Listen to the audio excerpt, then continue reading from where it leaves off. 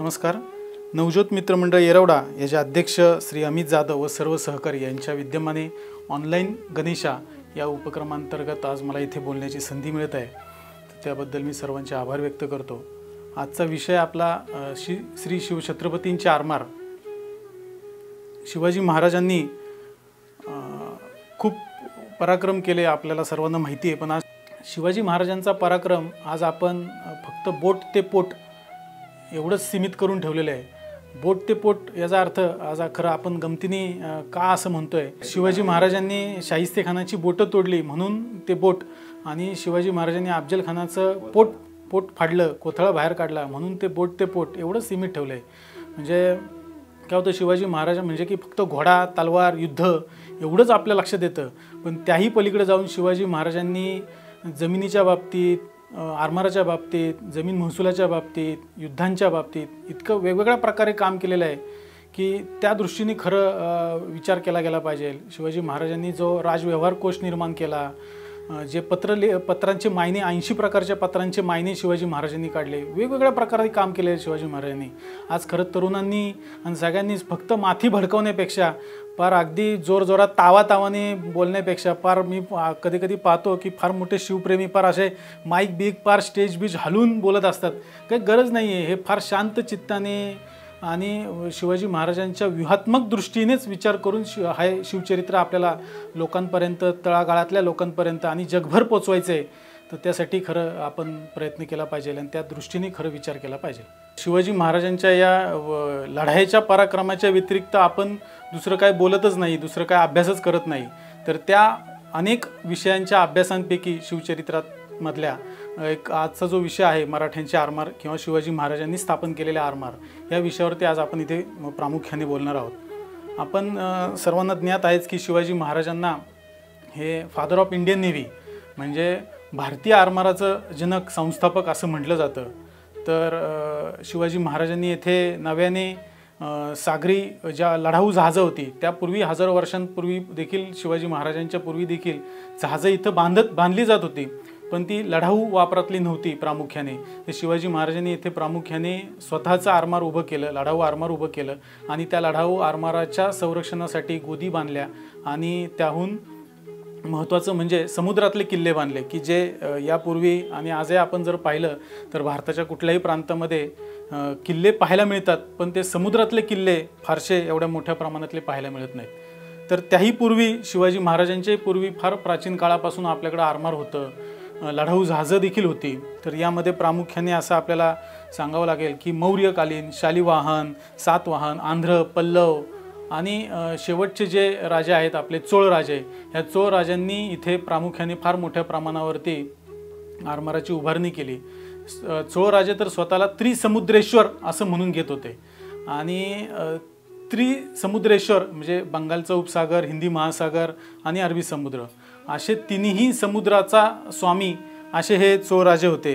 तर त्याच्यापैकी जे राजेंद्र चोळ आहेत, तर त्यांची कारकीर्द संपल्यानंतर जवळपास 600 वर्ष येथे आपल्याकडे जे फार मोठे अनिष्ट रूढी परंपरा चालू झाल्या, आणि एक आपली उदासीनता, सिंधुबंदी नावाचा एक प्रकार आपल्याकडे चालू झाला की बाबा सिंधू ओलांडायची नाही, सिंधू सागर जो होता तो सिंधू सागर ओलांडायचा नाही. त्याच्यामुळे झालं असं की आपल्या इथे समुद्री व्यापार जो होता तर त्याला फार मोठा खंड पडला, आणि आपली लोक समुद्रावरती व्यापार करीन असे झाले, आणि याचा सगळ्याचा फायदा हा अरब लोकांनी घेतला. आणि अरब लोक आणि युरोपातले ख्रिश्चन लोक यांचे खूप त्या समुद्री व्यापारामधून खूप वादविवाद होते, आणि तसाच फायदा हा एप्रिल 1498 मध्ये वास्को द गामा, पोर्तुगालचा व्यक्ती, यांनी फायदा उचलला, आणि त्यांची जी चढाओढ सुरू होती की भारतीय उपखंडाचा शोध घ्यायचा नव्याने, आणि त्याच्यामध्ये एप्रिल 1498 मध्ये वास्को द गामा कालिकतच्या बंदरामध्ये आला. ह्या चित्रात जर आपल्याला दिसलं तर एकदम खालच्या बाजूला ही भारताची पश्चिम सागर किनारपट्टी आहे, त्याच्यामध्ये एकदम खालच्या बाजूला कालिकत नावाचं बंदर आहे, आज केरळमधलं कोझिकोडे. कालिकत म्हणजे कलकत्ता नाही, कालिकत म्हणजे आजचं जे केरळ राज्यामधलं एक ठिकाण आहे, प्रमुख बंदर आहे. तर तिथे कप्पड नावाचे गाव आहे, त्या कप्पड गावामध्ये वास्को द गामा आपल्या 3 जहाजांनिशी आला. तर त्या कालिकतचा जो राजा आहे, आता हा नकाशामधलं तुम्हाला सांगायचं तर की ही गुजरातच्या गुजरातपासूनची केरळपर्यंतची ही पश्चिम सागर किनारपट्टी शिवाजी महाराजांनी त्या भागामध्ये आपल्या हयातीमध्येच खूप मोठं वर्चस्व निर्माण केलेलं होतं। कालिकतचा जो राजा आहे तर त्याचं खरं नाव आहे सामुद्री राजा, तर त्याला मल्याळम भाषेमध्ये झामुरीन असं उच्चार आहे आणि तसाच त्याचा उल्लेख ह्या विदेशी लोकांनी केला, या पोर्तुगीजांनी केला आणि नंतर तोच कित्ता सगळ्यांनी गिरवला आणि सगळीकडं कालिकतच्या राजाचं नाव झामुरीन असंच येतं, पण त्याचं खरं नाव आहे सामुद्री राजा, म्हणजे समुद्राचा अनभिषिक्त सम्राट। म्हणजे त्याच्याकडं समुद्रावरती किती मोठी जहाजं असतील, किती मोठं त्याच्याकडं व्यापार असेल हा सगळा। पण आपण लक्षात घ्या की वास्को द गामाने फक्त 3 जहाजं घेऊन आलेला होता आणि या पोर्तुगीजांचे आणि अरबांचे खूप वाद होते आणि ते ज्यावेळेस इथे आले त्यावेळेस त्यांचं असं प्रामुख्याने ठरलं की बाबा इथं जो व्यापार करायचा तर तो फक्त आम्ही करणार, आम्हीच इथला माल घेणार, दुसऱ्या अरबांनी वगैरे इथे माल घेतला जाता कामा नये, अशा त्यांच्या काही ज्या अटी होत्या तर त्या सामुद्री राजा जो आहे तर त्यांनी मान्य केल्या नाहीत आणि त्यांच्यामध्ये काही गोष्टींनी बिनसलं आणि खूप मोठा इथं संघर्ष निर्माण झाला आहे पोर्तुगीजांच्या आणि सामुद्री राजाचा। जो स्वतःला समुद्राचा राजा म्हणून घेतो त्याच्याकडे लढाऊ जहाजं नव्हती पुरेशी, त्याच्यामुळे या वास्को द गामाशी लढण्यासाठी त्याला फार त्रास सहन करावा लागला। या वास्को द गामाने जहाजामधून खूप तोफा टाकल्या आणि कालिकत बंदर उद्ध्वस्त करून टाकलं आणि जेव्हा नंतर वास्को द गामा पुन्हा आला भारतामध्ये तर त्यावेळेस त्यांनी खूप राजकारणी डावपेच आखला। तर राजकारणी डावपेच असा की या कालिकतच्या राजाचा आणि शेजारचा जो कोचीनचा राजा होता त्यांचे वाद होते एकमेकांचे, तर त्यांनी वास्को द गामाने या सगळ्याची माहिती घेतली, आपलेच लोक फोडली, आपले जे गद्दार फितूर लोक फोडली आणि त्यातून त्यांनी कोचीनच्या राजाशी संगनमत केलं आणि कोचीनच्या राजाशी एकत्र करून या वास्को द गामाने कालिकतच्या राजाशी युद्ध पुकारलं आणि कालिकतच्या राजाला हरवलं आणि नंतर पुन्हा कोचीनच्या राजाशी देखील भांडणं केली या पोर्तुगालनी आणि त्यांना देखील हरवलं। असे हे आपल्याच फुटीचा वापर करून खूप हजारो वर्षांची आपली आजपर्यंतही परंपरा आहे की बाबा आपल्या दोघांच्या भांडणाचा फायदा हे विदेशी लोक घेत आलेत आणि त्यांनी इथला भाग हा जिंकलेला आहे। नंतर पुढे 1510च्या दरम्यान साधारण हा अल्फॉन्सो द अल्बुकर्क हा भारतामध्ये आला आणि हे दाखवायचं कारण की पोर्तुगीज हे फार मोठ्या संख्येने जरी इथं आलेले असले तरी ते इथे राहू शकले नाहीत, कारण का त्यांची धर्माबद्दलची प्रचंड निष्ठा आणि भारतीय समाज जो होता तर तो सर्वसमावेशक होता, तो जे कोण येतील तर त्यांना पाहुण्यांना आपलंसं करणारा होता। पण ह्यांची वृत्ती अशी होती की बाबा त्यांना ख्रिश्चन व्यतिरिक्त कुठला धर्म आज पृथ्वीवरती नाहीच आहे अशा दृष्टीनेच ते वागायचे सगळ्यांशी, त्याच्यामुळं त्यांनी खूप जुलूम केलेला होता, खूप जबरदस्ती केलेली होती इथल्या लोकांवरती धर्माच्या बाबतीत। म्हणजे आज आपल्याला जे मुस्लिम लोक जे आलेले आहेत बाहेरची त्यांचा अन्याय दिसतो, पण या पोर्तुगीजांनी देखील प्रचंड अनन्वित अत्याचार ह्या भारतीय लोकांवरती केलेले आहेत। असाच पैकी ही जी काय लोक आहेत त्यापैकी अल्फॉन्सो द अल्बुकर्कने फार धोरणात्मक निर्णय घेऊन इथे गोव्याची त्यांनी राजधानी केली आपली आणि गोव्यावरती याचं बस्तान बसू शकलं, त्याचं कारण हा अल्फॉन्सो द अल्बुकर्क आहे। आणि आज ज्या गोव्यामधल्या ओल्ड गोवामधल्या ज्या जुन्या वास्तू आज आपल्याला दिसतात ह्या सगळ्या या अल्फॉन्सो द अल्बुकर्क ह्यांनी केलेल्या आहेत। हा एक कारताज आहे। त्या काळामध्ये ह्या पोर्तुगीजांनी काय केलं की हिंदी महासागरावरती म्हणजे भारतीय उपखंडामधला जो समुद्र आहे त्या समुद्रावरती कुणालाही जहाज जर बाहेर काढायचं झालं कुणालाही तर या पोर्तुगीजांची परवानगी घ्यावी लागायची आणि त्या परवानगीसाठी ते हा असा कारताज त्यांनी द्यायला सुरुवात केली। हा पोर्तुगीज भाषेमधला आहे। हा कारताज असा आहे की याच्यापूर्वी खूप लोक आपले इथे समुद्री व्यापार करत होते, पण यांनी अशी अटी लादल्या की बाबा त्या जहाजांवरती तुम्हाला शस्त्र ठेवता येणार नाही, तुम्हाला व्यापार करता येईल पण ते आमची परवानगी घेऊनच। आणि आपल्याकडे इथे मुघल, आदिलशाह, कुतुबशाह यांनी त्याचे असंख्य सरदार, खूप मराठी लोकांकडे देखील आरमार होतं स्वतःचं, पण ते फक्त व्यापारासाठीच होतं, तर तिथं त्या जहाजांवरती कुठेही त्यांना वेपन्स म्हणजे शस्त्रास्त्र ठेवायला परवानगी नव्हती बिलकुलच। पण ह्या सगळ्या पोर्तुगीज त्यानंतर आलेल्या डच, इंग्रज, फ्रेंच अगदी डेन्मार्कचे तुटपुंजी लोक आली होती, त्यांनी देखील इथे मोठ्या संख्येने आपला व्यापारी दळ उभा केला आणि त्यांना भारतीय लोकांना ज्यांना कुणाला जहाज घेऊन कुठं बाहेर जायचं असेल तर त्यांना कारताज देण्यास सुरुवात केली। नंतर हा आहे जगाचा नकाशा। आज आपण पाहतो की इथे वरती मध्यभागी हे नेदरलँड, हॉलंड म्हणजे इंग्लंड, फ्रान्स, स्पेन, पोर्तुगाल हे ठिपक्याने एवढे दिसणारे खरे देश आहेत, पण त्यांनी निम्म्यापेक्षा जास्त जगांवरती राज्य केलं। हे का ते करू शकले? कारण त्यांची त्यांच्या धर्माबद्दल असलेली निष्ठा, राष्ट्राबद्दल असलेली निष्ठा ही खूप महत्त्वाची आहे आणि नवनवीन संकल्पना राबवून त्यांनी व्यापार केला आणि ते जगावरती राज्य करू शकले। मी तुम्हाला जो सांगितला तो प्राथमिक काळ आहे शिवाजी महाराजांच्या पूर्वीचा। आपण शिवाजी महाराजांना लगेच देवत्व भाल करतो, खरं शिवाजी महाराज हे सर्वसामान्य व्यक्ती होते आणि त्यांना प्रचंड हालापेष्टा सहन करून इथल्याच लोकांशी, आपल्याच लोकांशी भांडणं करून, वादविवाद करूनच त्यांना मोठं व्हावं लागलं, मोठं झाले ते। आणि त्यांनी इथे महत्त्वाचं म्हणजे जी लोकांमध्ये दुर्दम्य इच्छाशक्ती जागृत केली आणि स्वातंत्र्याचं महत्त्व काय आहे हे जे त्यांनी दाखवून दिलं, तर ते नंतर याच्या नंतर देखील आज बरेच वर्ष शिवाजी महाराजांची हीच नीती सगळेजण वापरत होते। 1656 मध्ये शिवाजी महाराजांनी जावळीचं खोरं जिंकलं आणि त्यांना त्यांचे समुद्राचा पहिल्यांदा परिचय आला आणि जावळीचा जो भाग आहे तो की समुद्र किनारपट्टीच्या जवळ असल्यामुळं तिथल्या लोकांच्या वरती होणारे जे अन्याय आहेत तर ते शिवाजी महाराजांच्या कानावरती यायला लागले आणि तिथल्या लोकांची प्रामुख्याने अडचणी अशा होत्या की तिथं जो सिद्धी होता तर तो सिद्धी हा प्रचंड अत्याचार करत होता लोकांवरती आणि त्याच्यावरती महत्त्वाचं म्हणजे तिथला जो किल्ला आहे मुरुडचा जंजिरा, तर ते काय करायचे की यायचे गावांमध्ये आणि खूप मोठा अत्याचार करायचे, लूटमार करायचे आणि ते परत जहाजांमध्ये निघून जायचे।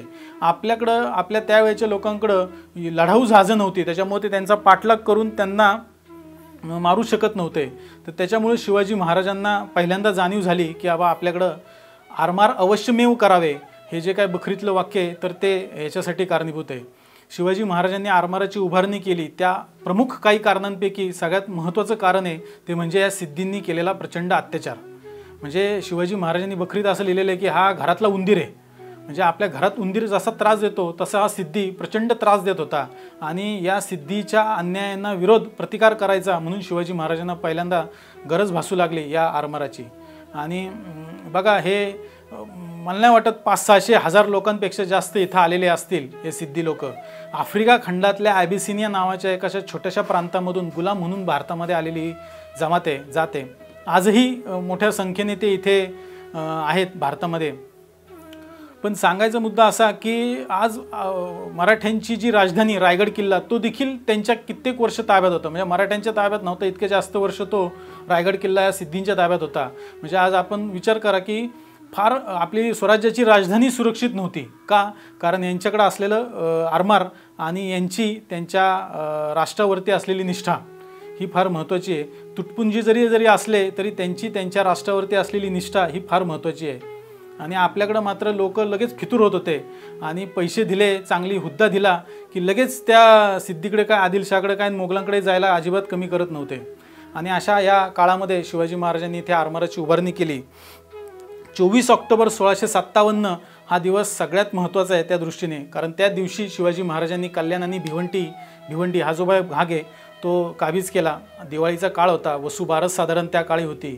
बघा दिवाळीमध्ये सगळेजण सणावर वगैरे सगळे साजरे करतात, पण शिवाजी महाराजांना माहिती होतं की त्या भागामध्ये, या भागामध्ये जो निजामशाहीचं राज्य होतं तर ते निजामशाहीचं राज्य संपून हा भाग मोगलांच्या ताब्यात जाणार होता आणि त्या देवाणघेवाणीच्या काळामध्येच शिवाजी महाराजांनी बरोबर मोहीम आखली आणि हा सगळा भाग आपल्या ताब्यात घेतला। आणि या ताब्यामध्ये आल्यानंतर शिवाजी महाराजांना जाणीव झाली की या कल्याणच्या खाडीमध्ये आपल्याला जहाज बांधणीची गोदी उभारायला लागणार आहे। तर या इथे 24 ऑक्टोबर 1657ला मराठ्यांच्या आणि बहुतांश असं म्हणू शकतो आपण की त्यावेळेच्या भारताच्या पहिल्या स्वदेशी आरमाराची उभारणी साधारण इथे झालेली आहे। आणि या आरमाराच्या गोदीच्या संरक्षणासाठी शिवाजी महाराजांनी इथे दुर्गाडीचा किल्ला बांधला।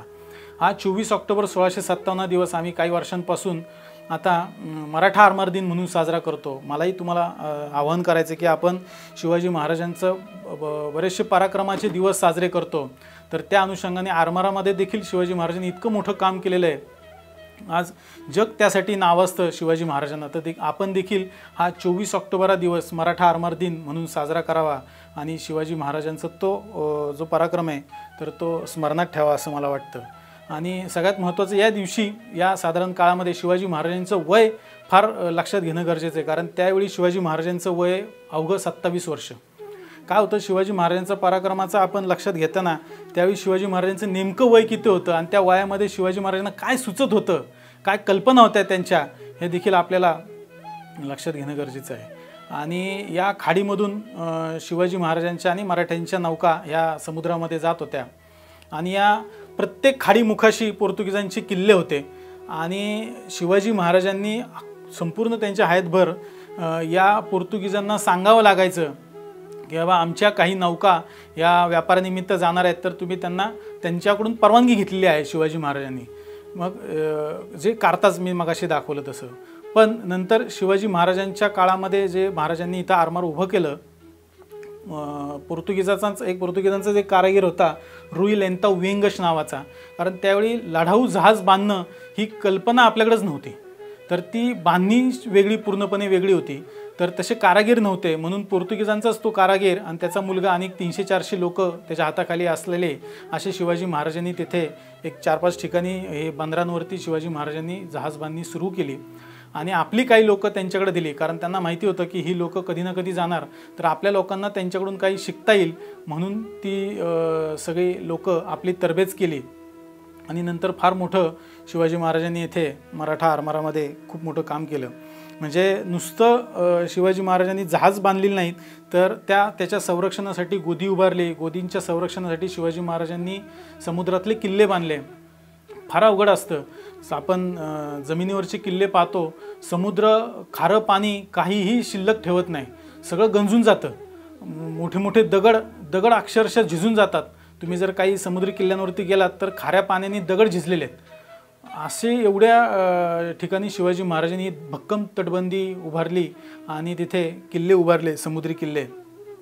अगदी शिवाजी महाराजांनी समुद्री व्यापाराला देखील फार मोठं प्रोत्साहन दिलं, अगदी मोखो, कोंगो, इराण यापर्यंत शिवाजी महाराजांची जहाजं ही व्यापारानिमित्त जात होती।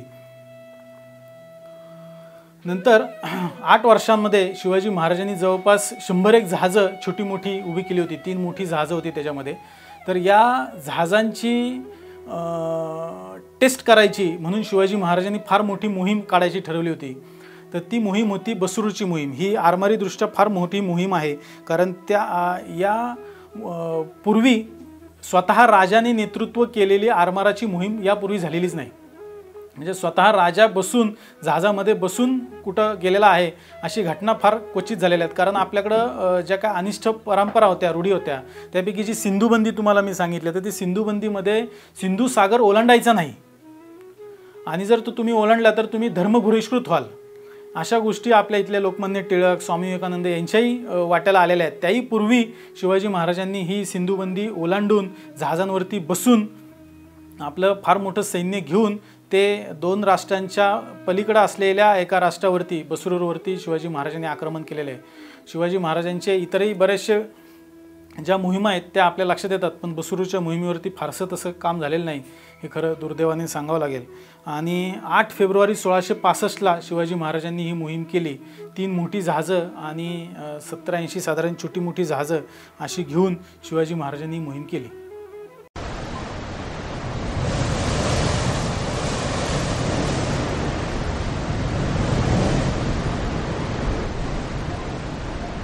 शिवरायांची दैदिप्यमान कारकीर्द म्हणजे अवघ्या महाराष्ट्राची ज्वलंत अस्मिता। आपल्या कारकिर्दीत राजांनी अनेक स्वाऱ्या, मोहिमा, हल्ले, लढाया, गनिमी काव्यानं फते केल्या। अशा अनेक मोहिमांमधील एक मोहीम म्हणजेच बसरूरची आरमारी मोहीम। अखंड भारतात स्वतः एखाद्या राजानं नेतृत्व करून यशस्वी केलेली ही पहिलीच आरमारी मोहीम। यापूर्वी आजपर्यंत अशी मोहीम झाल्याचं ऐकिवात नाही, म्हणूनच या मोहिमेचं महत्त्व खूप मोठं आहे आणि या मोहिमेला या वर्षी 350 वर्ष पूर्ण झाली आहे. श्री अंबिका माता भजनी मंडळ शुक्रवार पेठ पुणे यंदाच्या वर्षी सादर करीत आहे मोहीम बसरूरची.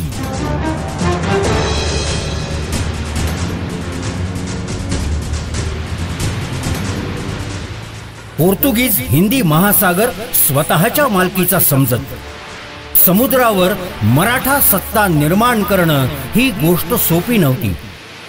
आरमाराची उभारणी म्हणजे केवळ जहाज बांधणी करून महाराज थांबले नाही, तर त्यांनी त्याला शास्त्रीय ज्ञानाची जोड दिली. धार्मिक चालीरीती झुगारून देऊन आरमार सांभाळणाऱ्या आपल्या मावळ्यांना लढण्याची नवी उमेद दिली.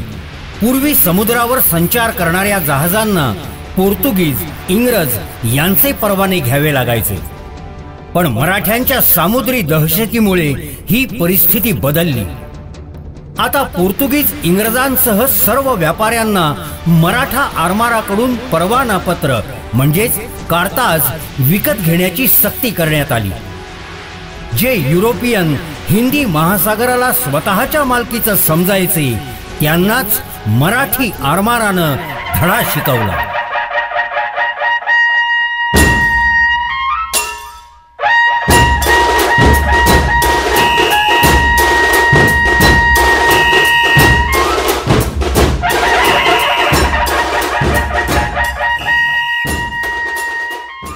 हे शिवप्पा नाईक आहेत.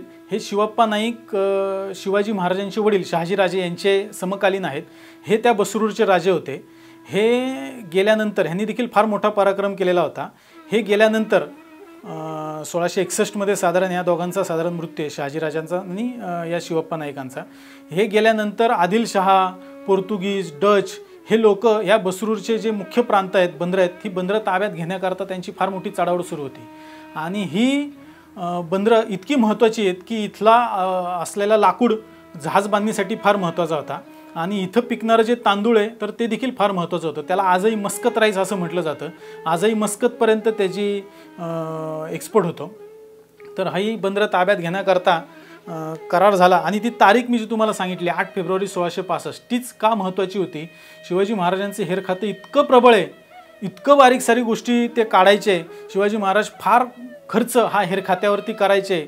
तर त्याला एक विशिष्ट कारण असं होतं की हे जे काय 2 फोटो तुम्हाला दाखवतो तर ह्यामध्ये आहेत इंग्लंडचा राजा हा दुसरा चार्ल्स आणि ही पोर्तुगालची राजकन्या आहे कॅथरीन ऑफ ब्रिगांझा. यांचं लग्न ठरलं मे 1661 मध्ये. त्यांचा एक मॅरेज करार झाला. खूप भांडणं होती या पोर्तुगालची आणि इंग्लंडची. त्यातल्या पोपनी सांगितलं की बाबा तुम्ही जवळची राष्ट्र आहात आणि एकाच धर्माचे आहात तर तुम्ही भांडू नका. तुम्ही एकमेकांचं लग्न हे लावून दिलं आणि त्याच्या अंतर्गत त्यांनी पोर्तुगालचे खूप जगामध्ये खूप काही महत्त्वाची बंदरं होती तर ती बंदरं इंग्लंडला भेट म्हणून, आंदन म्हणून म्हणजे हुंडा म्हणून, आजच्या भाषेत हुंडा म्हणून देण्याचं ठरवलं. त्यापैकी मुंबई हे बेट जे पोर्तुगालच्या ताब्यात होतं तर ते त्यांनी इंग्लंडला द्यायचं ठरवलं. आणि ती जी अलॉटमेंट होती पोर्तुगालच्या सैन्याकडून मुंबई बेट इंग्रजांना देण्याची जी तारीख होती ती होती 8 फेब्रुवारी 1665. त्या दिवशी फार मोठं सैन्य घेऊन गोव्यामधलं पोर्तुगालचं सैन्य हे मुंबईला जाणार होतं. त्याच्यामुळं शिवाजी महाराजांना मालवणवरून बसरूरला जायचं म्हणजे कर्नाटक भागामध्ये जायचं. म्हणजे ह्या चित्रात आपल्याला दिसेल की मध्ये गोवा आहे आणि एकदम खालच्या बाजूला बसरूर आहे. तर मध्ये गोवा लागणार आणि गोव्यामधलं पोर्तुगीज सैन्य असे एवढ्या मोठ्या संख्येने शिवाजी महाराजांना कसे खाली जाऊन देतील. तर महाराजांना ही तारीख फार महत्त्वाची होती. कारण जसं शिवाजी महाराज आरमाराच्या दृष्ट्या प्रबळ आहेत त्याही कित्येक पटीने हे पोर्तुगीज आरमाराच्या दृष्टीने फार मोठे प्रबळ होते. त्याच्यामुळे ती तारीख महाराजांनी प्रामुख्याने निवडलेली होती. हे मालवणचं बंदर आहे. मालवणच्या तिथे हे बंदर आहे. या भागामध्ये इतिहास म्हणजे काय असतो तर इतिहास त्या भागामध्ये जाऊन जिवंत आपल्या डोळ्यांनी आपण पाहायचा असतो. तर तो तिथं कुठं असं दिसत नसतो. असाच हा भाग ह्या मालवणच्या बंदरामध्ये आपल्याला पाहायला मिळतो. आज तिथे भागामध्ये कुठलीच गोष्ट नाही आहे. तिथल्या लोकांनाही माहीत नाही की इथं फार मोठा नेव्हल बेस कॅम्प शिवाजी महाराजांचा होता.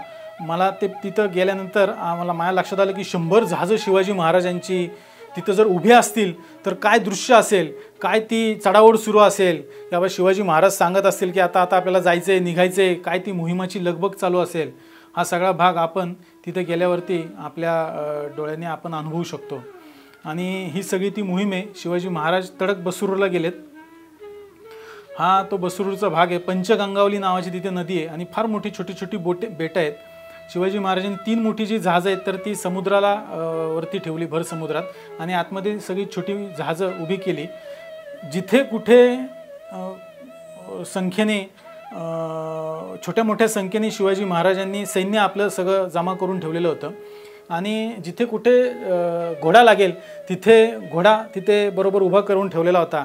इतकं छान प्लॅनिंग केलं की शिवाजी महाराजांनी अख्खी मोहीम 16 दिवसात पूर्ण केली.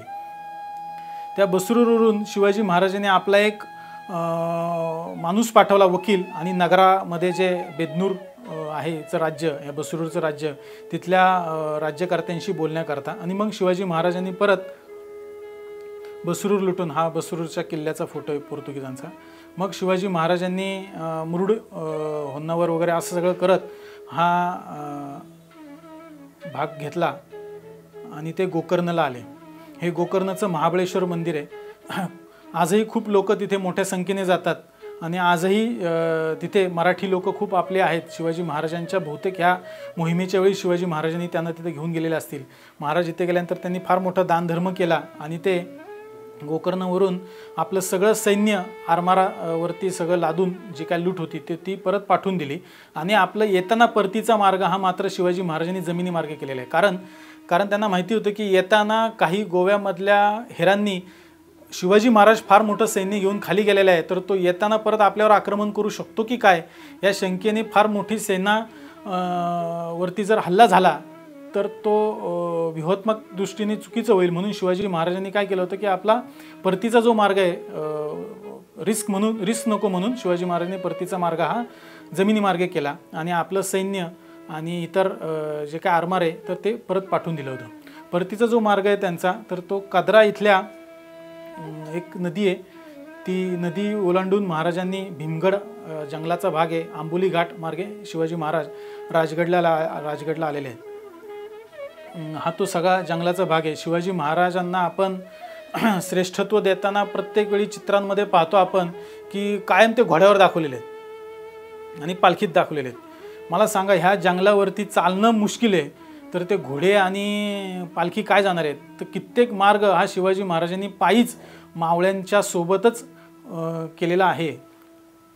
मग तिथे सदाशिवगड नावाचा किल्ला आहे. ही मोहीम पूर्ण झाल्यानंतर शिवाजी महाराजांनी जवळपास 2 वेळा त्या भागामध्ये आलेले आहेत शिवाजी महाराज. आणि आजही तिथे सदाशिवगडमध्ये खूप मराठी लोक आपली तिथे राहत आहेत. 1673 देखील शिवाजी महाराज आले इथे आणि हा भाग त्यांनी जिंकलेला आहे. ह्या सदाशिवगडच्याच मालवणच्याच या कारवारच्याच या भागामध्ये भर समुद्रामध्ये शिवाजी महाराजांच्या मराठ्यांच्या ताब्यामध्ये 3 किल्ले होते समुद्रातले. त्यातला एकदम पलीकडचा दिसतोय तो एक किल्ला आहे देवगड नावाचा. मधला जो किल्ला आहे तो मदलिंगगड आणि अलीकडचा जो उजव्या हाताचा तो एक किल्ला आहे शिवाजी महाराजांचा कुर्मगड. आणि हा होन्नावरच्या इथला बसवराज दुर्ग नावाचा किल्ला आहे. हा देखील फार मोठा किल्ला आहे. शिवाजी महाराजांच्या नंतर म्हणजे मराठ्यांच्या काळामध्ये हा फार मोठा किल्ला होता. जसं शिवाजी महाराजांनी येथे फार मोठी समुद्रातले डोंगरावरचे किल्ले बांधले जवळपास, तर त्याप्रमाणे शिवाजी महाराजांनी समुद्रात देखील फार मोठी एक फळी उभी केली. तर हा त्यापैकी एक शिवाजी महाराजांच्या मृत्यूच्या अगोदर एक वर्षभर साधारण 1679च्या दरम्यान हा किल्ला शिवाजी महाराजांनी बांधायला घेतला. खांदेरीचा किल्ला मुंबईच्या जवळ होता. आणि हा खांदेरीचा किल्ला बांधत असताना शिवाजी महाराजांची, मराठ्यांची आणि मुंबईच्या इंग्रजांची नाविक युद्ध झालं. या नाविक युद्धामध्ये मुंबईच्या इंग्रजांच्या त्या गव्हर्नरनी आपलं एक पत्र पाठवलं की बाबा, असं सांगितलं त्यांनी की बाबा आमच्याकडे जर एक लढाऊ जहाज जर तुम्ही दिलं, एक गलबत, तर शिवाजीच्या आरमाराचा आम्ही धुवा उडून टाकू. असं सांगणारा गव्हर्नर ह्या खांदेरीच्या लढाईमध्ये नंतर तो हरलाय. आणि त्यांनी असं नंतर जे पत्र पाठवले आहेत तर त्या पत्रामध्ये असं म्हणतो की बाबा शिवाजी महाराज बरं झाले सह्याद्रीवर जन्मला, त्याचा जर कोकण किनारपट्टीवरती जर त्याचा जन्म झाला असता समुद्र किनारपट्टीवरती, तर आमचं काय इथं खरं नव्हतं. शिवाजीला चेटूक येतं, तो उडू शकतो, तो कुठेही कुठूनही अवतीर्ण होऊ शकतो, हे ह्या इंग्रजांचे उल्लेख आहेत. तर ते हे सगळे ह्या खांदेरीच्या या लढाईमध्ये पराभूत झाल्यानंतरचेच आहेत. हा खांदेरीची लढाई इतकी महत्त्वाची का आहे? कारण जंजिरा जो आहे सिद्धीला हे इंग्रज मदत करायचे, म्हणून बखरीमध्येच असं वाक्य आहे की खांदेरीचा हा किल्ला बांधून आपण पाचर रोवतोय. म्हणजे मध्ये या दोन शत्रूंमध्ये शिवाजी महाराजांनी इंग्रज ह्या सिद्धीला मदत करू नये म्हणून शिवाजी महाराजांनी इथं खांदेरीचा किल्ला बांधला. आणि या खांदेरीचा किल्ला बांधत असताना थळला आपला एक समुद्र किनारपट्टीवरती आपली जी किनारपट्टीवरून सगळं दळणवळणाची साधनं दिली जायची, पण त्या मधल्या पट्ट्यामध्ये इंग्रजांनी फार मोठं सैन्य उभं करून ठेवलेलं होतं आणि ते दळणवळणाची साधनं त्यांची मिळू नयेत म्हणून ते प्रयत्न करायचे. पण आपली छोटी जी नौका आहे त्या छोट्या नौक्यांनी आपली लोक घेऊन जायचे सगळं सामान. आणि आदल्या रात्री इंग्रज बघायचे तर थळच्या किनारपट्टीवरती मराठी असायचे, दुसऱ्या दिवशी पहाटे बघायचे तर ते किल्ल्यावरती सगळं सामान घेऊन पोचलेले पण असायचे. त्याच्यामुळं जो शिवाजी महाराजांचा उल्लेख येतो की बाबा ह्यांना पंख आहेत की काय, हे कसे काय तिकडे गेले, हे सगळे उल्लेख ह्या शिवाजी महाराजांच्या छोट्या. आणि नंतर असं इंग्रजांनी सांगितलं की बाबा आमच्याकडे या ज्या काय छोट्या नौका असाव्यात, म्हणजे जे इंग्रज म्हणायचे शिवाजी महाराजांची म्हणजे आमच्याकडे एक लढाऊ जर गलबत असलं तर या शिवाजीच्या आरमाराचा धुवा उडून टाकू इतकी आपली चेष्टा करायची या नौकांची छोट्या मोठ्या. पण तेच इंग्रज नंतर असं म्हणू लागले की या छोट्या नौका आपल्याकडं असल्या पाहिजे. शिवाजी महाराजांनी मी जसं सांगितलं तुम्हाला की बाबा फार मोठं जमिनीवरती फार मोठं काम केलं. म्हणजे इथं महाराष्ट्रापासून ते अगदी तामिळनाडूच्या जिंजीपर्यंत शिवाजी महाराजांनी फार मोठं एक राज्य उभं केलं आणि जवळपास 365-360 वगैरे किल्ले शिवाजी महाराजांनी इथे उभे केले. तर बहुसंख्य प्रमाणामध्ये शिवाजी महाराजांनी समुद्री किल्ले देखील उभे केले. मी तुम्हाला मागाशी सांगितलं की बाबा समुद्रावरती किल्ले बांधणं किती अवघड असतं तसं त्या दृष्टीने. तर हा अलिबागचा किल्ला शिवाजी महाराजांनी जायच्या अगोदर म्हणजे 1679च्या दरम्यान हा साधारण किल्ल्याची निर्मिती झाली. हा पद्मदुर्ग जंजिरा जिंकणं अवघड जात होतं म्हणून त्या जंजिराच्या उरावरती दुसरा जंजिरा वसवला शिवाजी महाराजांनी, हा तो पद्मदुर्ग. हा शिवाजी महाराजांचा खूप आवडीचा किल्ला म्हणजे सिंधुदुर्ग 48 एकरामध्ये वसलेला. शिवाजी महाराजांनी सुरत लुटीमधून जे पैसे मिळाले त्यांना 1 कोटी होऊन जवळपास तेवढे 1 कोटी होऊन खर्च करून शिवाजी महाराजांनी हा अजस्त्र असा मोठा सिंधुदुर्ग किल्ला उभा केला. आणि हा सुवर्णदुर्ग आणि हा विजयदुर्ग अशी फार मोठी रांगच शिवाजी महाराजांनी येथे मोठी उभी केली. आणि आरमाराला त्यांनी खरं शास्त्रीय ज्ञानाची जोड दिली की इथे वापरणारी शस्त्र वेगळी आहेत. जी तलवारी आपण इथे वापरल्या जायच्या तर त्या समुद्रावरचे सगळे शस्त्रच पूर्णपणे वेगळी आहेत. मी तुम्हाला सांगितलं की पूर्वी अंग्रेजांच्या काळामध्ये 53 प्रकारच्या जहाजांची साधारण उल्लेख मिळतात आपल्याला. इतकी विशिष्ट वैशिष्ट्यपूर्ण जहाजांची निर्मिती या मराठ्यांच्या काळामध्ये होत होती. या विजयदुर्गाच्या इथेच एक गोदी आंग्रेकालीन एक गोदी आपल्याला पाहायला मिळते. तर त्या गोदीतून आपल्याला असं लक्षात येते की बाबा किती प्रगत तंत्रज्ञान त्यावेळी शिवाजी महाराजांच्या काळामध्ये आपण विशिष्ट प्रकारे वापरलं जात होतं. आणि शिवाजी महाराजांनी जसं लढायांचं आपण त्यांचं गुण पाहतो लक्षात घेतो त्याच पद्धतीने मला असं वाटतं की शिवाजी महाराजांचा आरमार हे देखील फार महत्त्वाचं आहे. आणि ते आपल्याला सर्वांना एक फार मोठी दिशा देऊन जातं. आज आपण मुंबईवरती जो हल्ला झाला दहशतवादी हल्ला त्यापूर्वी समुद्राकडे फारसं लक्ष गेलं नव्हतं आपलं. पण आज तिथून देखील आपल्यावरती शत्रू येऊ शकतो हे आपल्याला त्यातून कळलं. आणि याही पूर्वी शिवाजी महाराजांनी जेव्हा लक्षात घेतलं की बाबा जे काय परकीय सैन्य आपल्याकडे येतं आहे म्हणजे आदिलशाह कुतुबशाह मुघल हे जमिनीवरचं शत्रू तर आहेच आहेत, पण इंग्रज पोर्तुगीज यांना देखील शत्रू त्याही पूर्वी या मोगलांनी कधीच मानलेलं नव्हतं. जे शिवाजी महाराजांना लक्षात आलं होतं की हे फक्त व्यापार करण्याकरता इथे आलेले नाहीत तर त्यांच्या मनामध्ये वेगळंच भाग आहे, त्यांचं इथल्या जमिनीवरती भूमीवरती प्रेम आहे. त्यामुळं शिवाजी महाराजांचा हा गुण आपल्या सगळ्यांच्याच मनी यावा असं मी इथे मत व्यक्त करतो आणि मला इथे बोलण्याची संधी दिली त्याबद्दल मी आभारी आहे आणि मी इथे थांबतो.